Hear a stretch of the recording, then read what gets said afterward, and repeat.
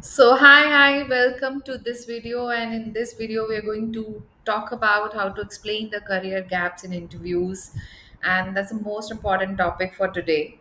And I'm going to tell you a lot of strategies in this with few examples. So stay till the end and write down all your key takeaways. And I want you to take down every key takeaway so that you can mention those key takeaways in the comments below. Okay, so let me talk about something very real, which is that when you have given your 100% in interviews and you still don't get the call, okay, and you feel like it's because of my career gap. It's because I did not explain the career gap like they wanted. Okay. And let's go deeper into this particular question, because this particular question is actually something which haunts a lot of people. And not only that, people don't have the right answer to this particular question. Okay, because you have been told to hide the truth. You have been told that don't tell the real story why you took the break. mm, Sometimes people say that you can mention that you got a personal medical emergency, for that you took 2 years break. Unless and until it happened to you, should not. I mean, why are you hiding yourself? Number one thing is that when you hide yourself, the person in front of you, maybe he or she is a hiring manager or recruiter or anybody, gets a sense that this is fake. Okay, so you need not fake it. Be authentic, and I will tell you how to craft a story out of this. Okay, so stay till the end, like I said. Now, um, let me tell you, there is no need to filter that information. There is no need, because your career gap is not a shame, it's a starting. Okay, so tell that in a form of a strength, and tell that in the form of a story. Okay, storytelling is such powerful tool when we talk about the gaps. Okay, why? Because gaps trigger panic. And let me tell you one more thing, that the hiring managers and the recruiters are interviewing you just because you have certain skills. So don't think that they don't want to hire people with career gaps. If they are interviewing you, they have an intention to hear the right story and to hear the what you bring to the table, like I always say. Okay, so now coming back to, there are women who are the superwomen who have taken a break for the family and looks after all the family, and maybe there might be some personal issue, maybe the spouse relocated or anything else. Okay, but then you shifted your gaze, but you forgot about the search, about when you are ready you should come back in the right time. Now, in India, particularly in India, career gaps are treated like dark, dark marks.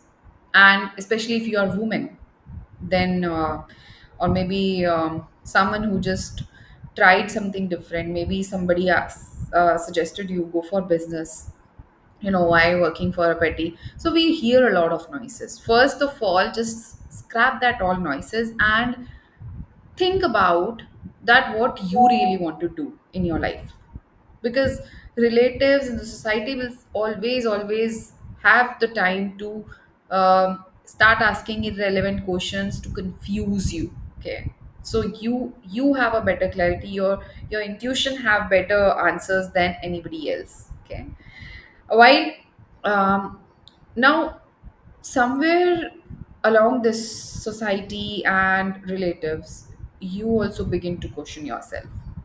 Yes, you also begin to question yourself, that am I worthy, am I deserving?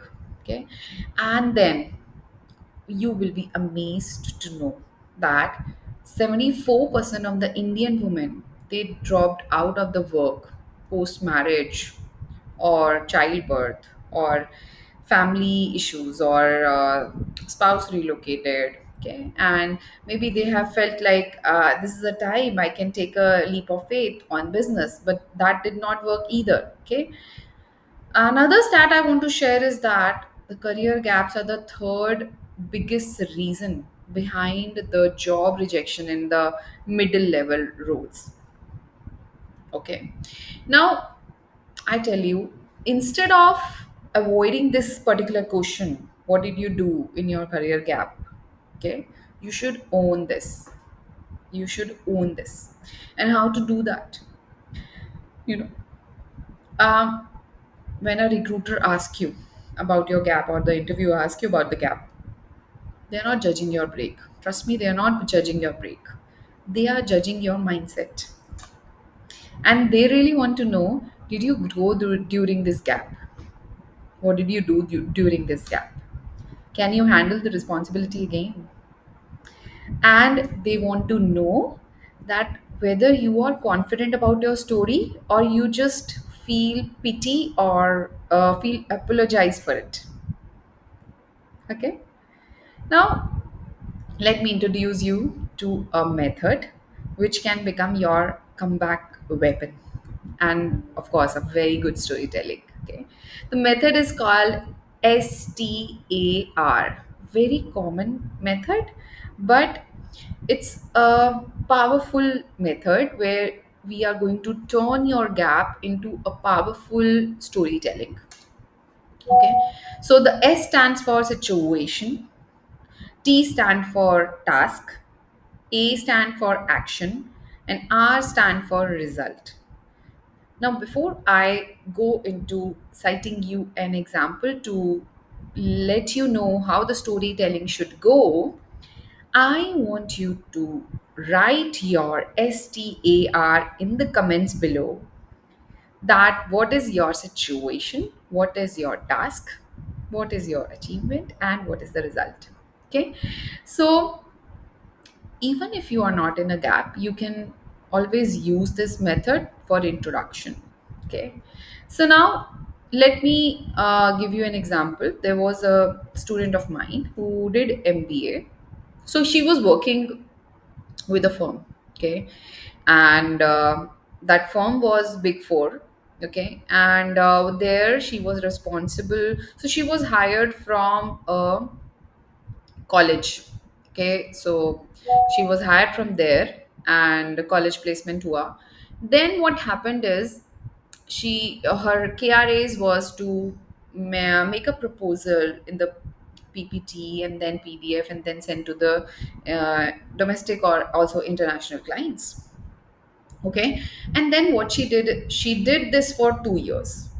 What she thought that, there is no growth in this role, so she's not growing in this role. She felt like so empty from inside that this is not what she meant to do for the rest of her life. Okay, and then she decided that yes, I will do MBA now.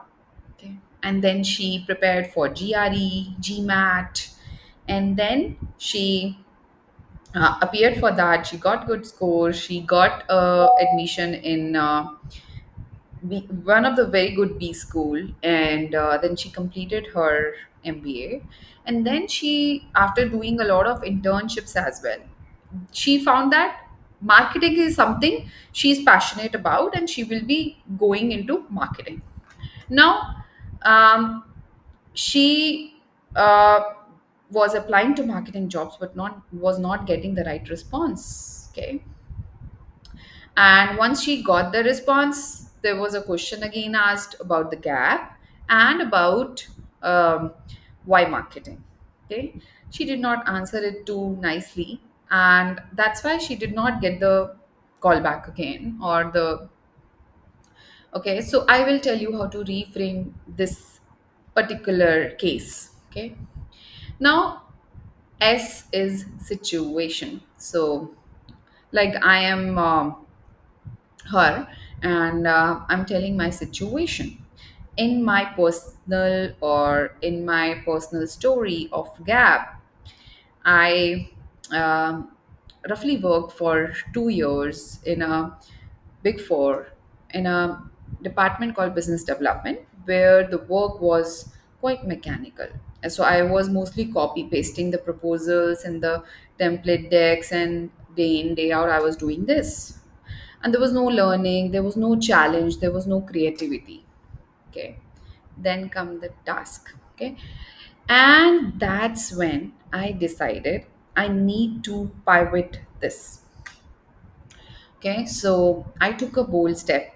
I took a break to prepare for GRE and GMAT.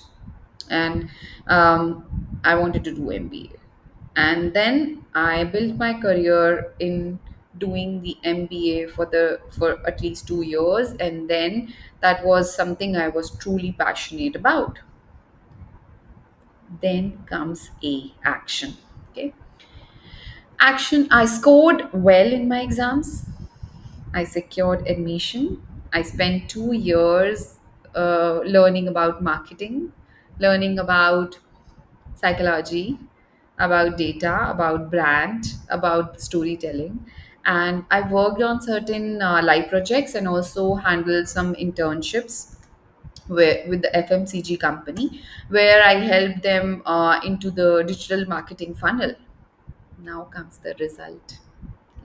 So I emerged with a clearer sense of purpose, a stronger skills, and a real hunger to contribute in a meaningful way. Now I'm applying for the marketing roles because this is where I truly belong to. Okay? Now I remove the hat of that girl, and now I'll tell you. Did you see what happened here? So there is no guilt, there is no sorry for the gap, just a structured and a powerful story of growth. Okay. So when we talk about the question she was asked about why this role particularly. So when the recruiters ask why marketing, don't say because I did MBA. Okay. Say this because marketing is a place where I belong to, where the psychology, communication, and storytelling meet. And I'm passionate about understanding why people choose one brand over the another. And I want to build strategies around it. And that too with emotional connections. So, marketing isn't just about the qualifications, it's about my passion. It's so always speak from a place of insight and not like obligation. Okay, so I have worked with a lot of people who thought that they are outdated, they don't know, they are not good enough because of their break. And I have also seen them rise, because the truth is that skills matter and the story sells. So when you master your storytelling, you don't beg for the job. You don't beg it, you own it, and you have choices then, a lot of choices. Okay, so always, if you have a gap, don't hide it, don't fake it, just shape it. Just shape it using the star method. See you in the next video.